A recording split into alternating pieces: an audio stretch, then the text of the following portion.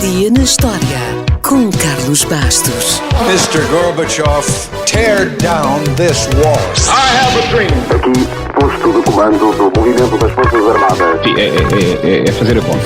Houston, we have a problem. Yes, we can. And now for something completely different.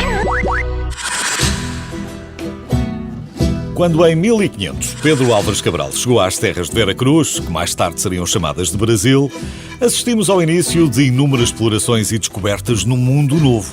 Primeiro na costa e depois cada vez mais para o interior. E quanto mais para o interior, mais espanhóis poderiam encontrar. Porquê? Porque, se bem se lembra, foi assinado um tratado em Tordesilhas que traçou uma linha a 370 léguas ao oeste da ilha de São Tomé, na costa africana, que dividia o mundo entre Portugal e Espanha. Ou seja, tudo ao oeste da linha era considerado território espanhol e tudo a leste da linha era considerado território português. Portanto, como ainda hoje se percebe bem, o lado de lá da América do Sul teve colonização espanhola e no lado de cá, o Brasil ocupa quase todo o mapa. Se bem que, como ninguém tinha GPS na altura, muitas vezes andavam uns dentro do território dos outros. E assim, a 13 de fevereiro de 1541, os espanhóis Gonçalo Pizarro e Francisco Orellana descobriram o rio Amazonas.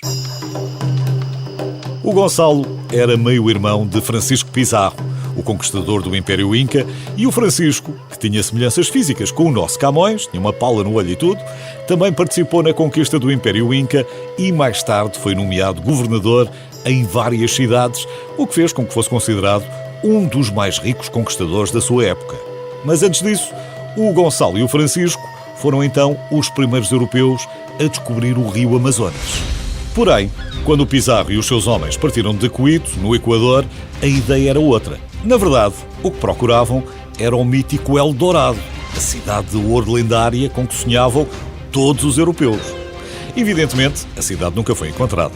Mas depois de 2.500 quilómetros dentro da selva amazónica, os espanhóis lá chegaram finalmente às margens do rio Amazonas. Ao longo do caminho, os homens passaram fome e enfrentaram inúmeros perigos, mosquitos, doenças, animais selvagens ou as tribos indígenas. A certa altura, Pizarro voltou para trás e Francisco de Orellana ficou a comandar a expedição. Seguindo o curso do rio, ele e os seus homens navegaram mais de 6.000 quilómetros até ao Oceano Atlântico e foi assim que foi descoberto o rio Amazonas e os relatos chegaram à Europa. Descoberto pelos primeiros europeus, porque os habitantes nativos já conheciam o rio há milhares de anos. Também pudera. O Amazonas é o maior rio do mundo, com um comprimento estimado de 6.400 km e contém cerca de 20% de toda a água doce do planeta. Nasce na Cordilheira dos Andes, no Peru, mas passa também pelo Brasil, Equador, Colômbia e Venezuela e é alimentado por mais de 1.100 afluentes. Foi desde sempre uma importante via de comunicação e de sustento para o homem e alimenta a floresta amazónica, que é a casa de 20% de todas as espécies animais e vegetais do planeta. A sua biodiversidade é incrível e por isso o Amazonas é considerado um dos mais importantes ecossistemas do mundo. Basta dizer que só de peixes se estima que existam cerca de 3.000 espécies diferentes.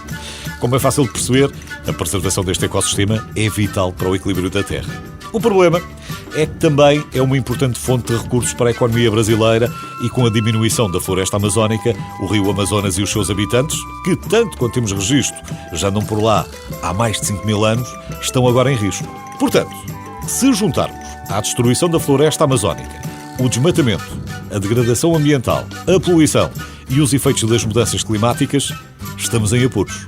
Mas estamos todos, onde quer que esteja no mundo, porque a escala do impacto do Amazonas, para o bem e para o mal, é sempre brutal. Quer um exemplo? Acredita-se que se pudéssemos abrir e fechar a torneira do Amazonas, em menos de meio minuto, o rio poderia saciar a sede de todos os habitantes da Terra. É bom que cuidemos dele e que, acima de tudo, protestemos quando vemos alguém fazer-lhe mal.